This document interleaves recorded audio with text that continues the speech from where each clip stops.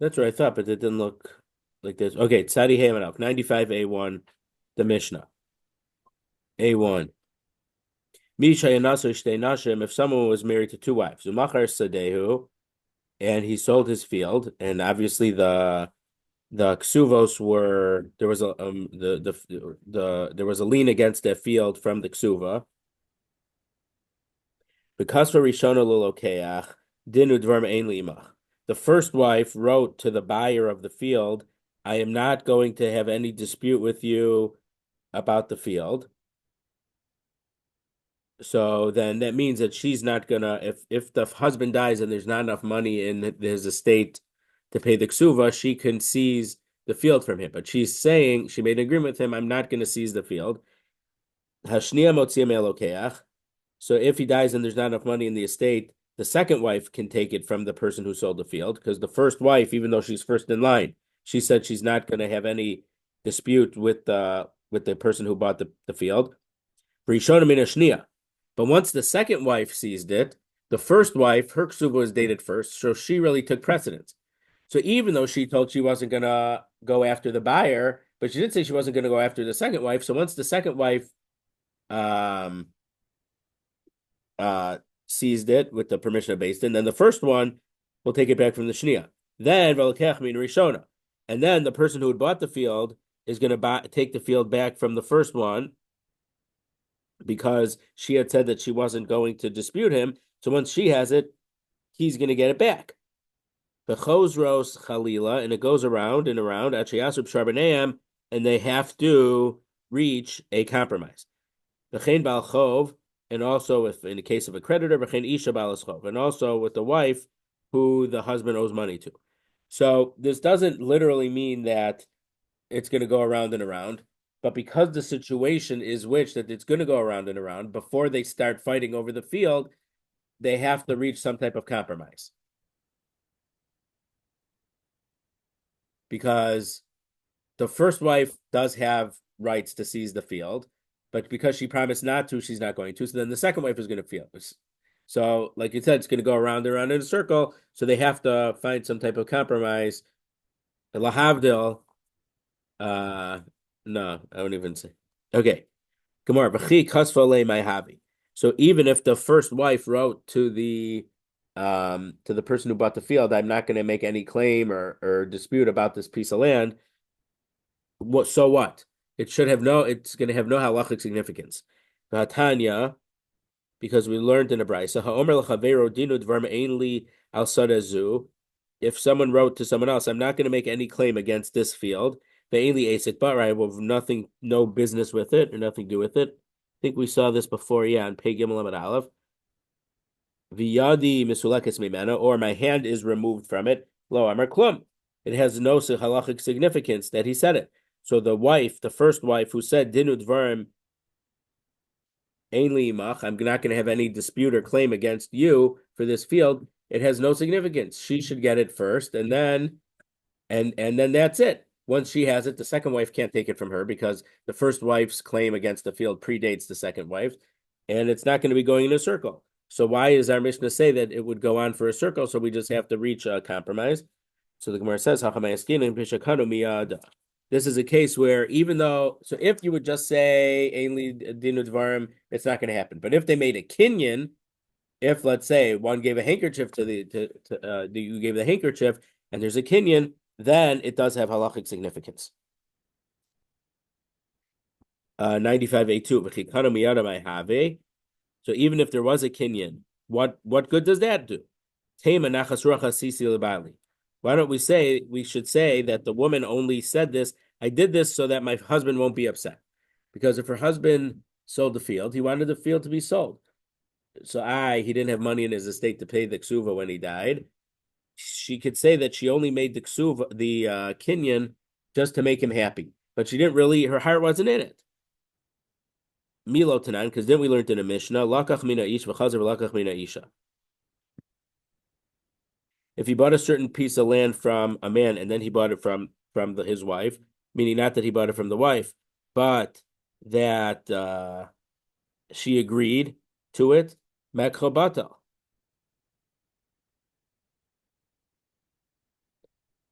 the sale does not go through. So Rashi says that at least at this stage the Gemara is assuming that the Brisa holds that the sale has no validity at all, and the Gemara in Bava Basra says it's a case where either they had three fields, and this is one of the three fields, or the husband designated one of the fields for the ksuva, or he wrote in the ksuva. It's a very specific case. Alma Yechola Hish Tomer Nachas Rachasisi Labali. So even though the Mishnah said that she consented, the Mishnah itself says it doesn't take place because the reason must be because she's saying I didn't really agree, but because my husband wanted me to, I said it, but I didn't really consent to it. So even in this case, and there was a Kinyan, we could say that she didn't really consent. So Rav Zera, Rav Chisda, Rav Zera answered in the name of Rav Chisda, Lo Kasha. It's not a question. Ha Rabbi Meir, Ha Rabbi Yehuda. Because our Mishnah follows Rabbi Meir, and this Mishnah that we're quoting is the opinion of Rabbi Yehuda. The Tanya, because we learned in the Brisa, Kazav Larisham Lachas Malo. So if the husband tried to sell his field to Ruvain, but she didn't sign, it means sign, but it means she didn't agree. Lasheni V'chas Malo. And then he sold it to Shimon, and she did agree to him selling it to the second person, to Shimon. Ibda Kesuvos. She loses her ksuva if there's no money left in the estate, and the only field she has was this field that she had agreed to. So then there's no field that she could collect from. Rabbi Meir. This is Rabbi Meir's opinion. Rabbi Yehuda Omer Nachas Rachasisi Labali. Rabbi Yehuda says even though she didn't sign off on the field to Reuven, but she signed off figuratively on selling the field to Shimon. She could say, I only did it to make my husband happy. Atem malachem alai. What do you have against me? So the Rabbi Sasam lahachik Rabbi Meir, and Rabbi Yehuda Hanasi, when he wrote our Mishnah in Kesuvos, he made this our Mishnah Stam Mishnah according to Rabbi Meir, Sasam lahasam Rabbi Yehuda. And the Mishnah in Gittin, he made a Stam Mishnah like Rabbi Yehuda.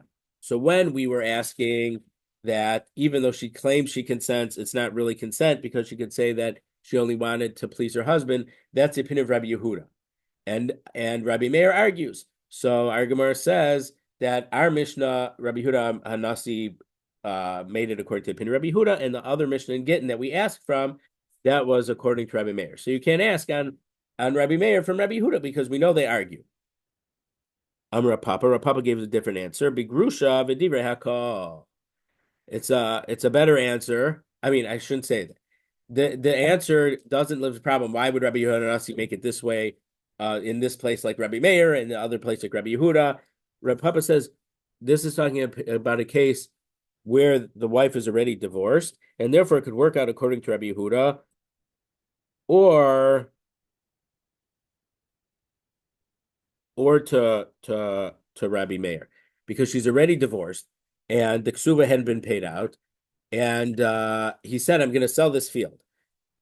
You, my ex-wife, have in your ksuva that this field is mortgaged. There's a lien against this field. Is it okay if I sell it and you'll waive your thing? And she said yes. So in that case, because she's divorced, she didn't do anything to make him happy. She's not married to him anymore. She doesn't have to make him happy. So therefore, even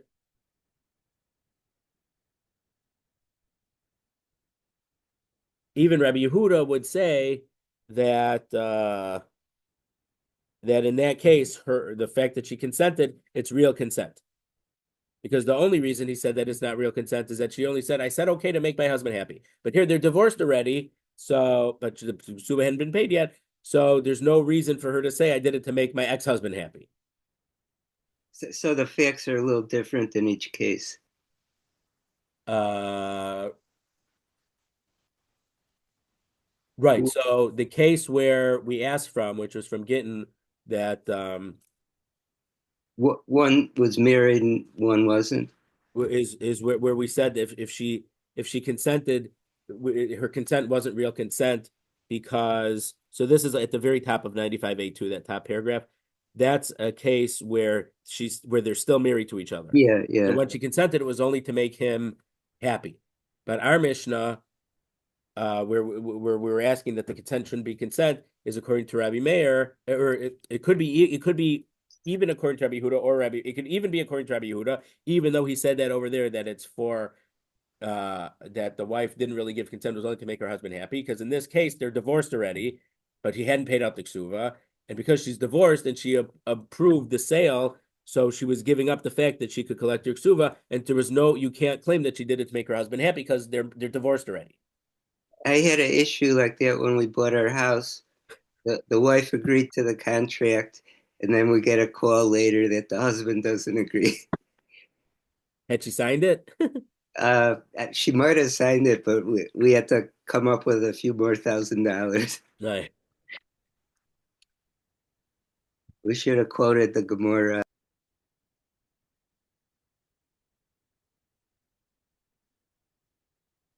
Well, see, that's the thing. Nowadays, I think that case would be the thing. Would have to make his wife happy.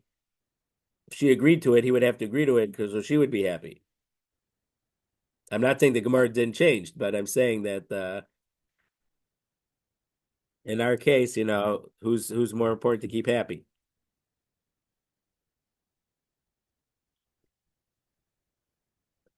Ravashi gives a third answer. Kula Rabbi Meir. Our Mishnah and the Mishnah in Gittin are both the opinion of Rabbi Meir. So then the question is, how come in Gittin he says that she didn't really give her consent, and here she did? Ad kan lo kama Rabbi Meir hasam el bishnei lekuchos. Rabbi Meir said there that she loses it because it's two buyers, meaning the husband wrote one star to Ruvain and she didn't say okay with it, and then he wrote a second one to Shimon and then she said okay. The Amri, like is in that case, he isa denachas ravanta le lekama ibar lachlemevan, because if she just did it to make her husband happy, she should have made him happy the first time he was selling it. Oh yeah, maybe this is what you're talking about, Larry. That part of the Gemara. You should have agreed for him to sell it to the first guy.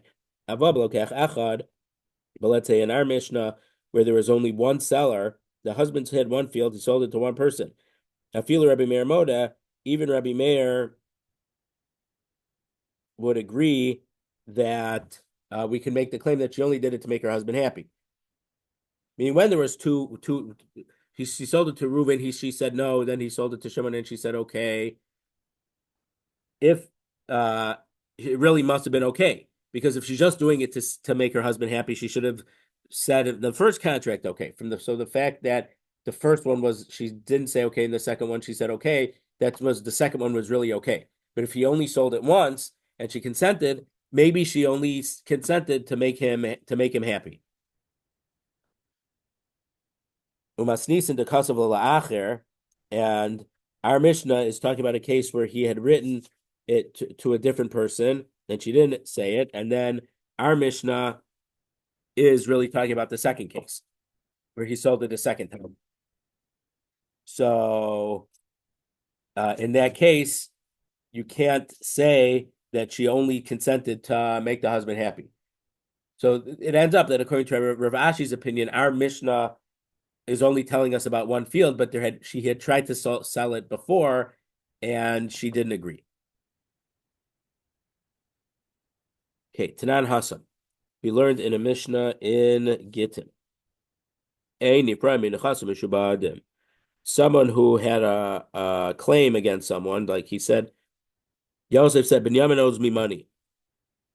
So Yosef can't collect from encumbered properties that are already liens for other things that were sold. As long as there are unencumbered fields that are still owed by the person, even if those are the lowest quality fields. Meaning, what's going on? So Binyamin had a whole bunch of fields. He had field 1, field 2, field 3, field 4. So let's say that he put a mortgage on field 1 to Yosef for this debt. But in the meantime, he he sold field 1 to Zvulun.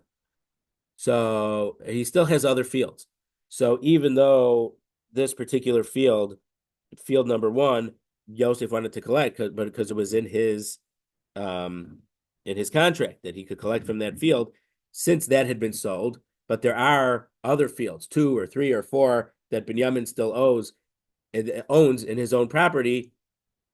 So Yosef, who had given out the loan, he's not allowed to take the field away from Zvulun in accordance with his contract, because the rule is, if there's a free and clear field to collect, you have to collect from the free and clear field before you would be able to seize it from someone else that had bought it. I think I'm using a little bit too many words, but the field that was sold to Zvulun, even though that was mortgaged for the loan, since it had sold to Zvulun, it's not so great to take it. So if there's another field, even though it's the lowest quality land, and that one was a medium quality land, Yosef would only be able to collect from the low quality land, which is still in Binyamin's possession. And he cannot take the original field number 1 because that had been sold to Zvulun. So they asked about that case.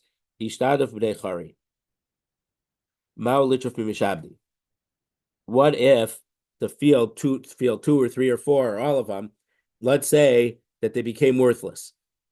So even though Binyamin still owes the fields, they're worthless. So now can Yosef collect from the field that was sold to Zvulun? So the Rashi or someone mentions a case where, or maybe the Gemara says it a few lines down, that there was a vineyard. Yeah, the Gemara says it later on. But there was a vineyard, and after a few years, it stopped the producing.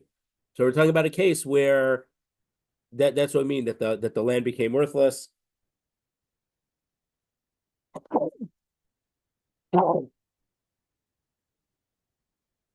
mean, I guess in certain situations, it could be that a river flooded in a way that put all the bad sediment on there, and it ruined the field.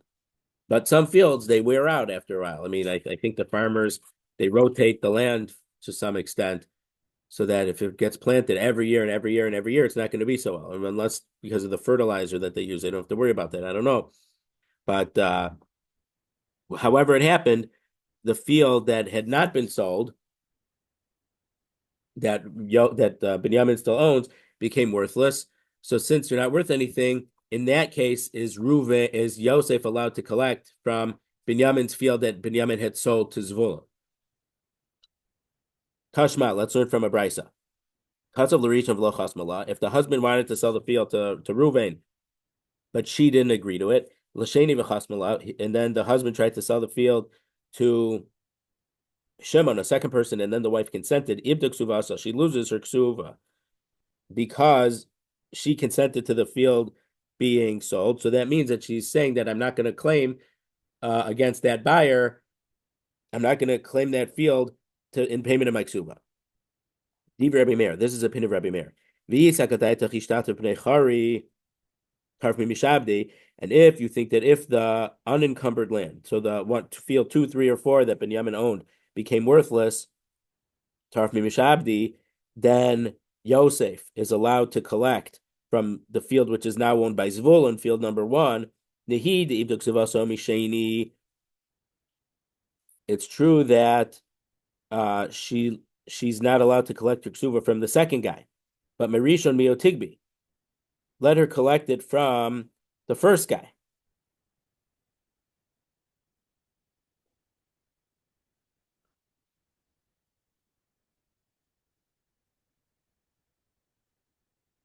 So in this case, what we're saying is that the husband had sold the field.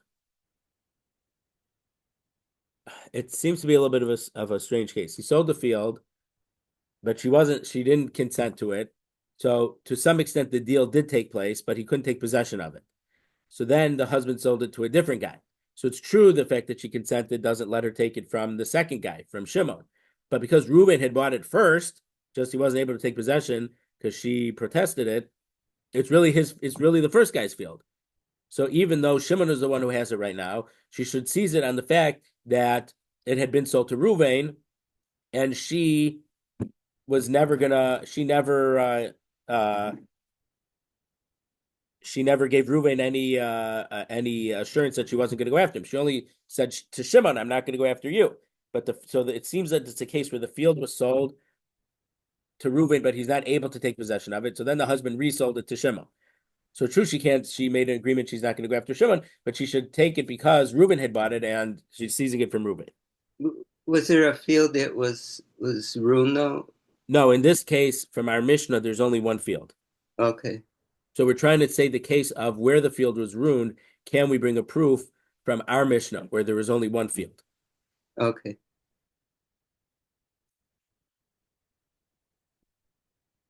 So we're trying to say that because Shimon, because she said she wasn't gonna litigate against Shimon, so it's as if she ruined the field herself.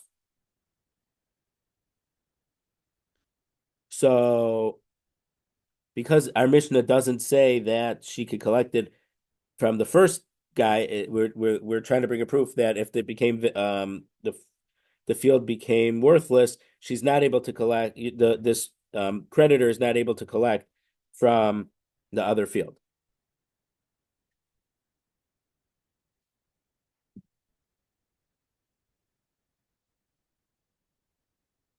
No, this says the opposite of what I just said.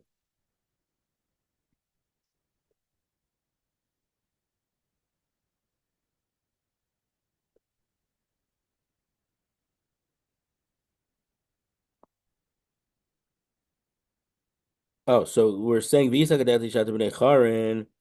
you want to say that the unencumbered field became worthless, that you could collect from the the leaned field, but it had been sold. So even though she lost her ksuva from the second guy, she should be able to collect from the first. So even so, even if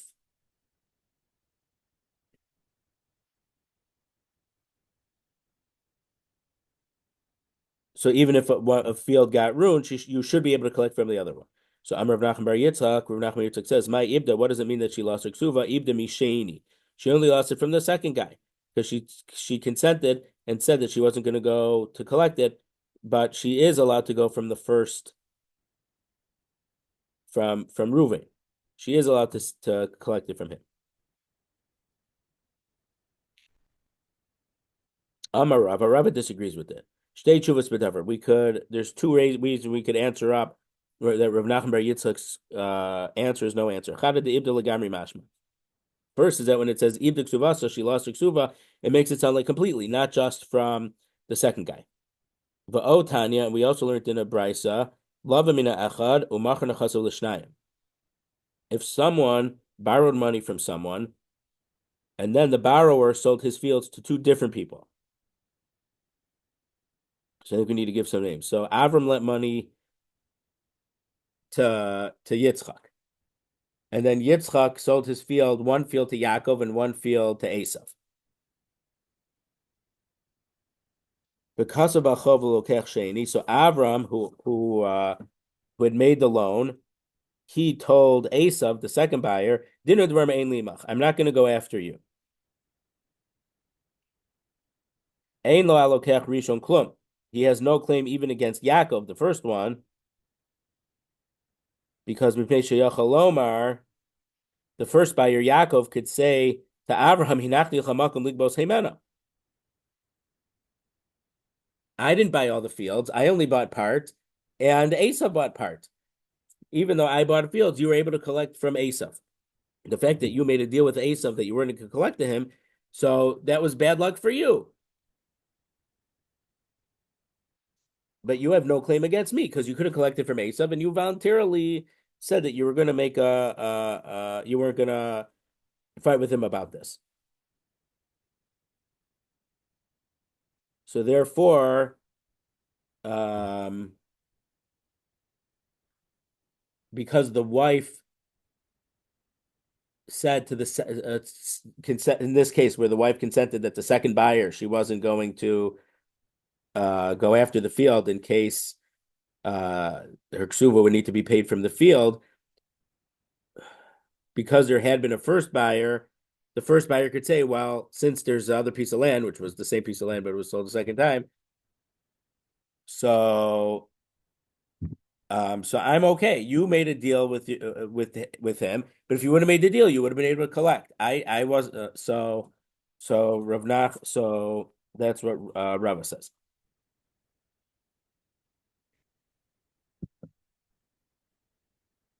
So Hasam Iu the absent nafshe biyadayim. But there he lost himself with it, he lost it with his own hands by saying Dinu Dvarm Ein Li Alecha.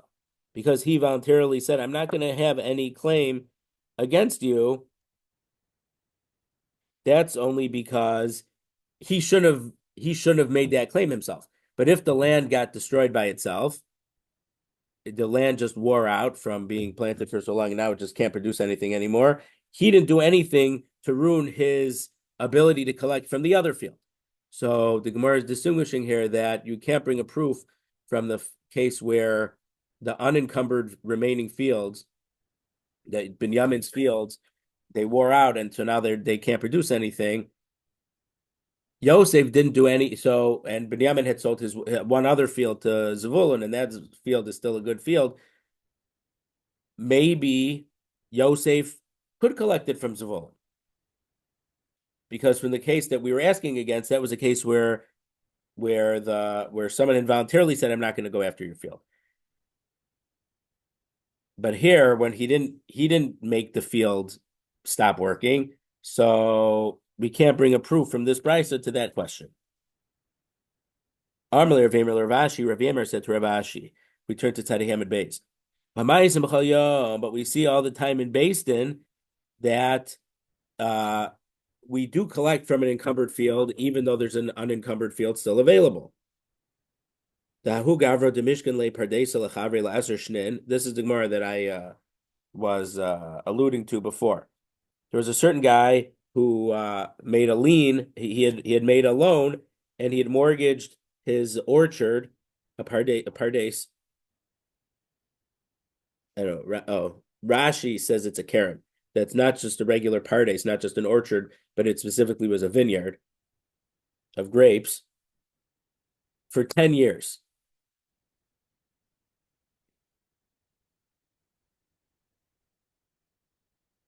So basically that I guess it's more of what we would call a lease. That you'll use it for 10 years and then it will revert back to the original owner.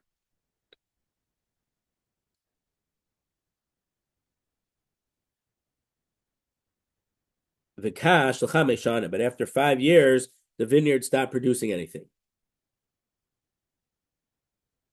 But also came Rabbanan, and he came in front of the basin, and they wrote him a star that allowed him to seize a different field. So even though this field was the one that was indebted to him, but because it became worthless, they allowed him to take from a field that the original owner of the vineyard had sold to someone else. So we see that when the field that you can seize became worthless, you're allowed to go collect from a field that there was a lien against and sold to someone else.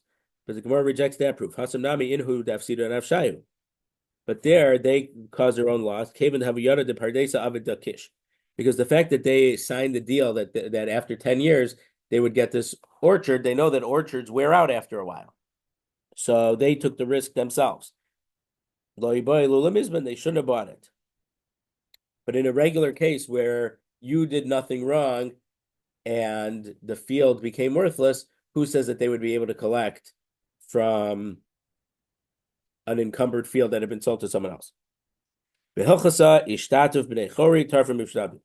So even though we don't have a proof from any Bryce or case, the Gemara paskins that if the unencumbered field became worthless, we do allow to the creditor to take encumbered fields that had been sold, even though in general we say that if there's an unencumbered field available, but because this unencumbered field is now worthless, it's not considered available for him, or because it won't satisfy the debt, so he's able to take a piece of land that's worth something, even though he has to seize it from someone who had bought it.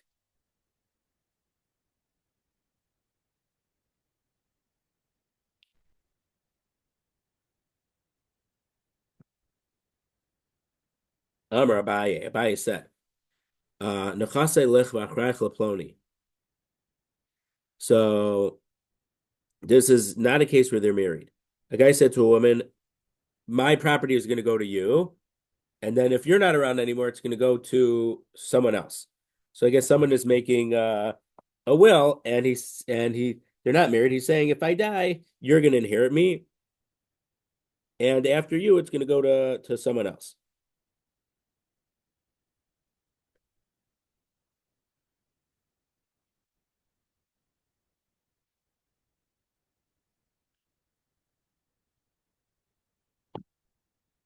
Excuse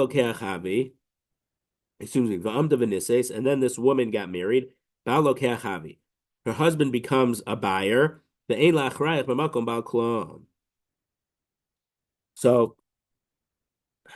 we have so many names here. So let's give a name. David went to Abigail, and David said, and they were not married, and David said, I'm writing my will, and you can inherit me. And then Abigail got married, and David died. Abigail married Shlomo. So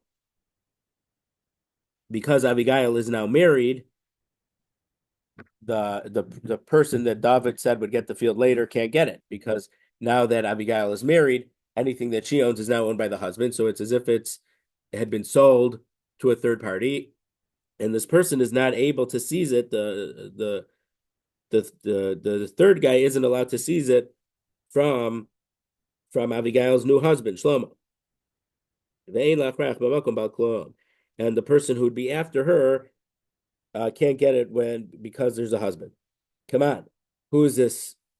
What opinion does it follow? Ki Tanya, like the following brisa. The Tanya we learned in the brisa.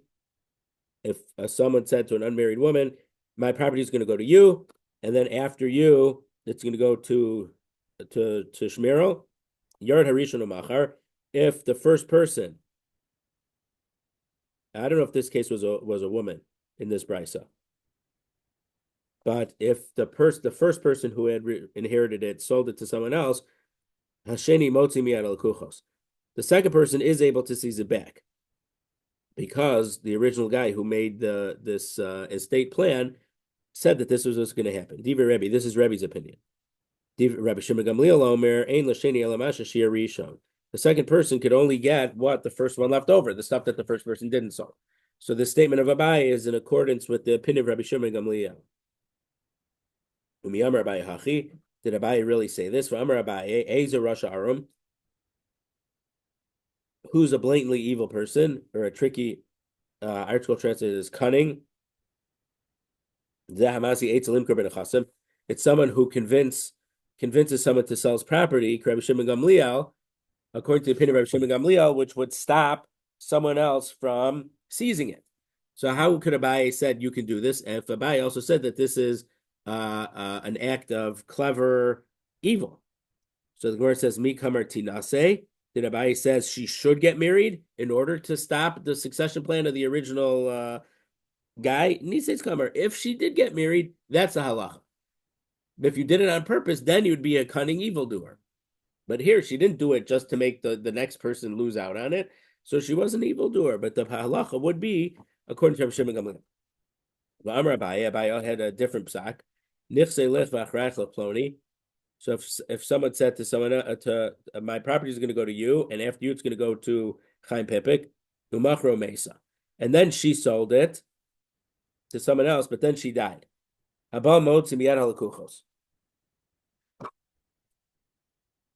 husband is able to take it from the people that she sold it to. And then the Chaim Pipik, the third party after the original person said would get it after her, he's allowed to seize it from the husband. And then the buyer can take it back Chaim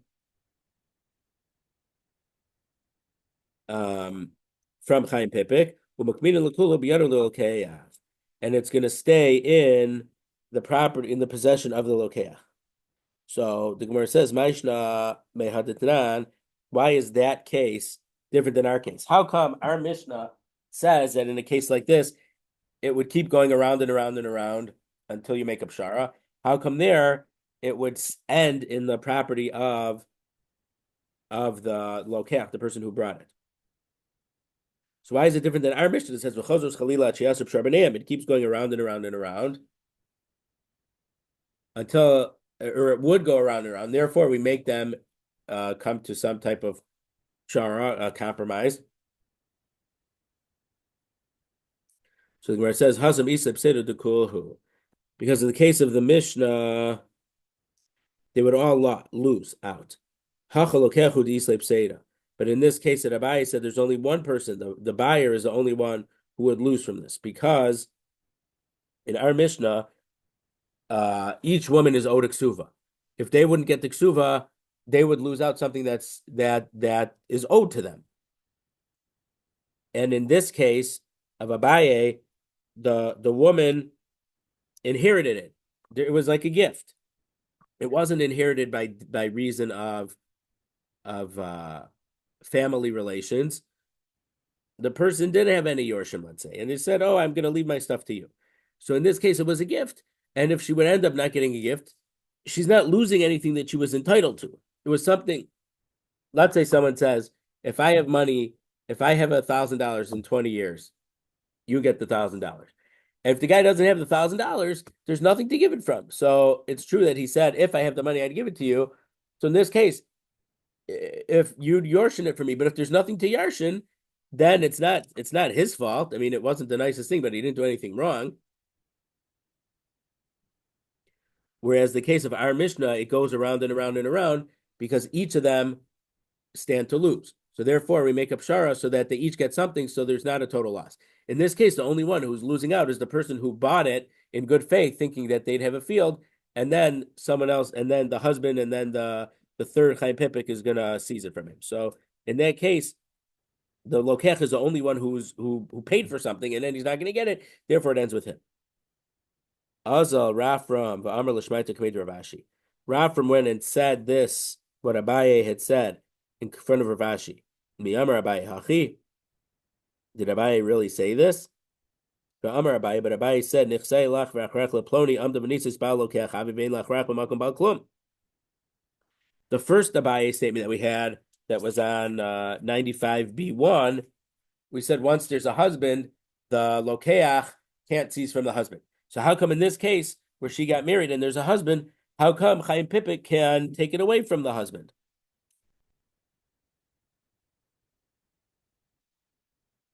So Amar Le, Ravashi said, Hasam Damar Lakshi Pnuya. In the first case, he gave it to her when she was unmarried. And therefore, once she got married, the husband's like a lokeach. But Hacha Damar Lakshi Nusua. But in the second statement of Abaye, this person gave her this field as a gift when she was already married. So therefore, the husband isn't considered a lokeach because he was already in the picture when he gave her this property. So my kamar law, so what was the original giving guy saying to this woman? Achrech likni miyad ba'al lo likni. Achrech likni ba'al lo ikni. So when he says, you're going to get my field, and then after you, Chaim Pipik's going to get it. So he was saying explicitly, your husband is not going to get this field.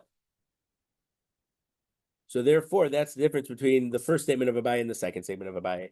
The first one, she wasn't married, so then the husband's like lokeach. In the second case, she was already married, and the way that this person gave over the field, he was rejecting the possibility of the husband getting it. V'chein ba'al chov, and the Mishnah at the end says this is the same thing with the ba'al chov, that it could go around and around and around. What does it mean? Tana, we learned in the Brisa, v'chein ba'al chov u'shnei lekuchos. If there was a creditor and two buyers, that there was two fields that had been bought,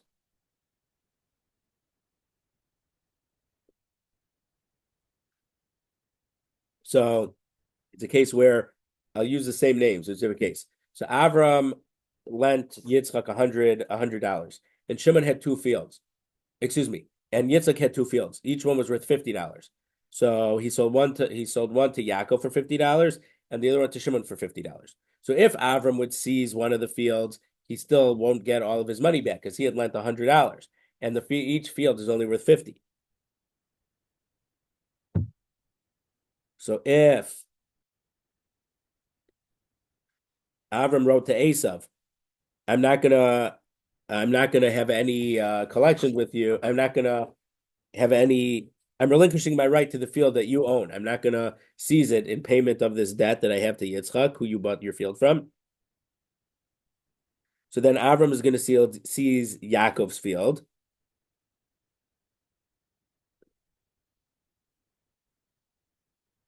And then Yaakov is going to take Esav's field. He says, I bought a field.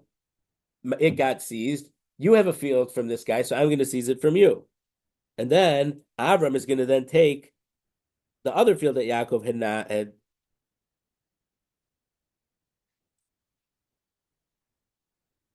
And then Avram is going to take the second field for the full $100. But then Esav is going to go to Avram and say, hey, you have a field. I had bought a field, so I'm going to take it back from you. And then that case, it would go in a circle again. So that's the case. So where there was $100 loan, and then the borrower had two fields each worth 50, and that the borrower and then the lender told one of the two people who bought the fields, I'm not going to contest. So that would be a case where it would go around and around and around. Hadr lach Misha Yanasi, we will return to you the Perek Misha Yanasi. So now, with the help of Hashem, we're going to start the 11th chapter, the bottom of Tzadihaya Amid Beis, 95b4. Alman and Nizunis Minichse Yisomim. A widow gets fed and some of her needs taken care of from the property of the Yisomim.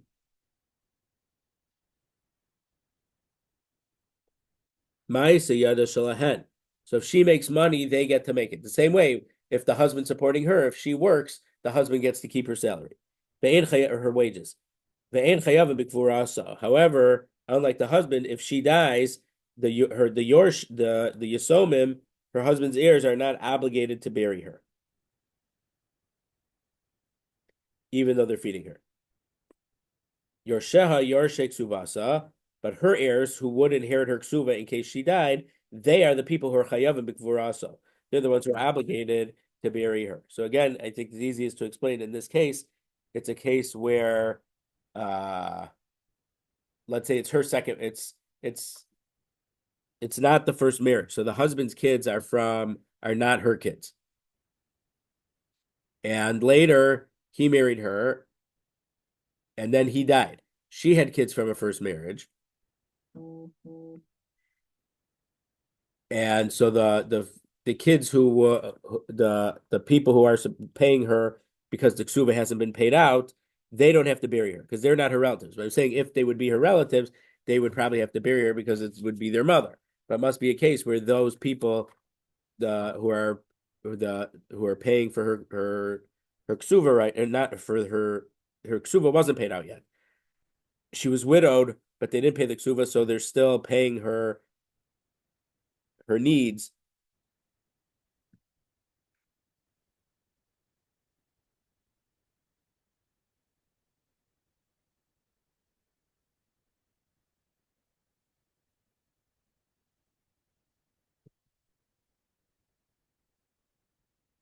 So, but her heirs are the ones who would be obligated to bury her in such a case. So, Ibaylahu, they ask, Nizunis Tanan, oh Hanizunis Tanan. Is the second word in our parak, Almana, is it Almana Nizunis or Almana Hanizunis? What's the difference? Nizunis Tanan, if it just says Nizunis, then it means a regular woman is fed from the property of the Yisomim.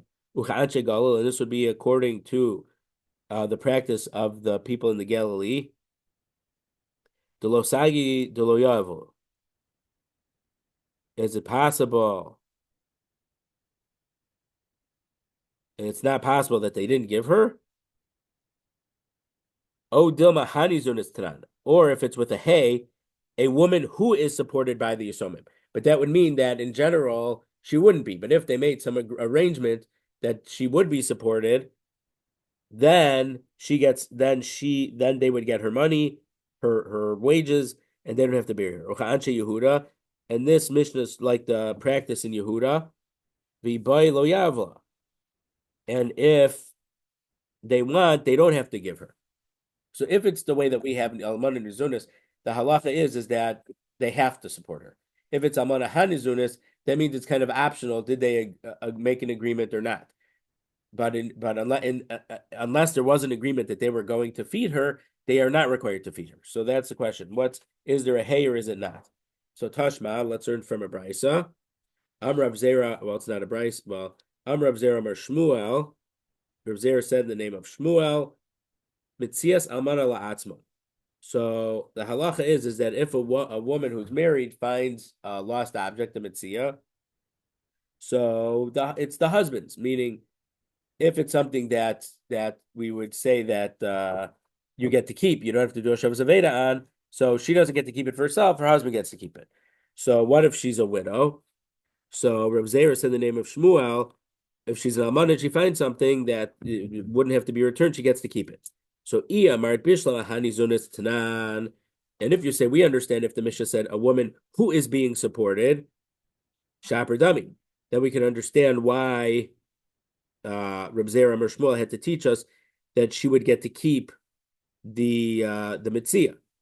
Because even though she is being supported, and normally we would say if she's being supported, the wages that she make would have to go. So we could say that a mitzia is different than wages. I think Rashi said way back when, earlier in the Masechta, that to find a mitzia is an unusual thing. So she would get to keep it. But wages for her to have a job is not an unusual thing. So the husband would get the wages. In this case, the Yisoma would get the wages. But if the general rule is the standard woman does get supported by the property by the of the Yisomim, the heavy kabal, they should be exactly the same status as a husband if she would still be alive. And so just like if a married woman would find a lost object, her husband would get to keep it and not her. So if the standard wife is fed by the standard widow, the default widow gets supported for food and some basic clothing stuff, and from the Yisomim, they would be in place of the father, and they would be able to keep the lost object that the woman had found, that the widow had found. So if the fact that Rabbi Zera Shmuel made the statement, it would seem that the proper girsa in our Mishnah is Almana Hanizunas, that no standard woman, it's not a default that a woman gets supported by the estate of the Yisomim. That's what we're trying to say. So the Gemara says no. Liola me'imel Hanizunas. We could say that our Mishnah says Nizunas, and the default widow gets supported by the kids. So then how come Reb Zera Shmuel had to teach us that if she found an object, she gets to keep it? It should be like as if she's married and it should go to the husband. So in this case, that she's an almana, that she's a widow, it should go to the Yisomim. Time of my Amraban Mitzias Ishal Baila Dlo Tahavi Ba'eva. Bahani Tavilu Eva. If when she's married, if she would find things and she would get to keep it, the husband would not be happy, whether it's jealousy or an ill will type thing. But that's because he's married to her. But these people are more removed than that. They're not going to have Ava. They're not going to begrudge her the fact if she found it. She's not married to them. So therefore, that's what Reb Zera Shmuel is teaching us. Rav Yossi Bar Chanina said, all the malachos that a woman has to do for a husband, Amana Osel Yorshim, a widow has to do to the Yorshim because they are supporting her. Remember, we learned earlier, because she is getting supported, she has to do certain things, whether it's cooking, cleaning. We discussed it at length when we learned it earlier. So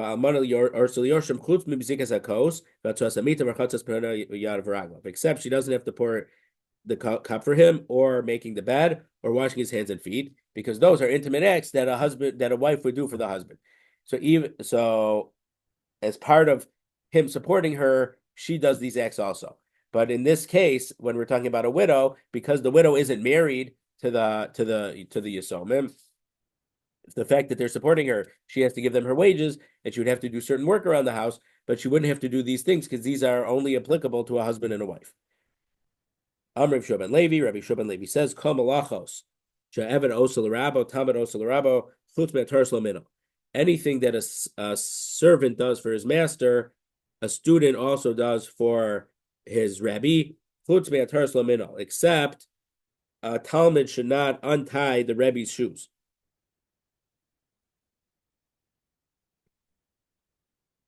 Because if we see someone untying the Rebbe's shoes with the fact that he's untying a shoe, we'll say that he's an Eved, and we're not going to get him a shidduch because he's not a kosher Jew. Rava says, that's only true if the people don't know who this Talmud is. If they know who the Talmud is, it's not a problem for him to untie the shoe. But if they know him, it's not a problem. Meaning someone who they already know, they're not going to say, oh, he untied the shoe, he must be an Eved. No, but if a person would come in those days that someone was untying his shoe, they don't know who it was, they say, oh, he's the valet, he's an Eved. Rav Ashi says, even if they don't recognize him, it's not a problem to untie the shoe.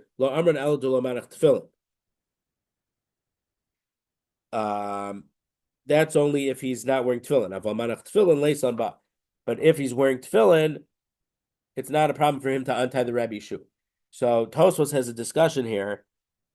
Well, it's a short discussion. Is that tefillin is a mitzvah sasei shazman grama because we're not allowed to wear tefillin at on Shabbos and Yantif. So there's a Gemara in Eruvin, I think Daf Tzadi Vav, about Micha Bashal wore tefillin. So meaning, if a woman wants to do a mitzvah shazman grama, she could do it. And then there's a big machlokus between the Rambam and Tosfos if she'd make a bracha. So let's say we're Ashkenaz and we pass like Tosfos.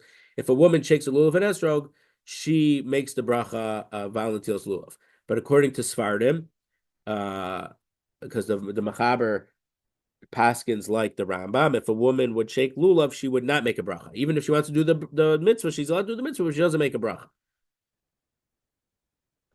So for putting aside that machlokas, but the Gemara in Eruvin says that if a woman wanted to put on tefillin, she put on tefillin, and then whether she make a bracha is a different thing. Poskim say if it's on the Shulchan Aruch, it's in the Nosei Kalim, that nowadays women don't put on tefillin because they're not able to keep a guf naki, a clean body. But if a woman is allowed to put on tefillin, and she's allowed to do a mitzvah sasei shazman grama, then it would seem that if an Eved who's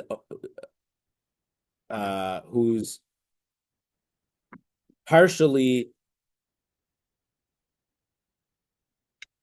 obligated in mitzvos like a woman wanted to put on tefillin, he is allowed to put on tefillin. So Tosfos asks the question that if Eved is wearing tefillin in the presence of his master, he would go free because it's an act of I guess nowadays we call it an act of self-determination. You have a certain amount of autonomy if you could put on tefillin in front of your master. So Tosfos says, no, the Eved could put it on for a short time, and it's not an act of self-autonomy or whatever, self-determination, whatever I just said. So he wouldn't go free. But if he would wear it all day, then it would show that he's not an Eved anymore. So there's the difference because a Talmud would wear tefillin all day, and the Eved, even if an Eved would wear tefillin, he'd only wear it a short time. That's Tosfos points that out. Rav Chia bar Rabba, Rabbi Yochanan, Rav Chia bar Rabba said the name Rabbi Yochanan, call Hamanei Talmido Milashamsho. If a Rebbe doesn't let his Talmud serve him, Ki'ilo Moneh Mimenu Chesed. It's as if he's holding him back a Chesed. Shenemar Lamos Mereo Chesed. From one who withholds Chesed from his fellow. From Nachman bar Yitzchak Amar, that's a pasuk in Iyov.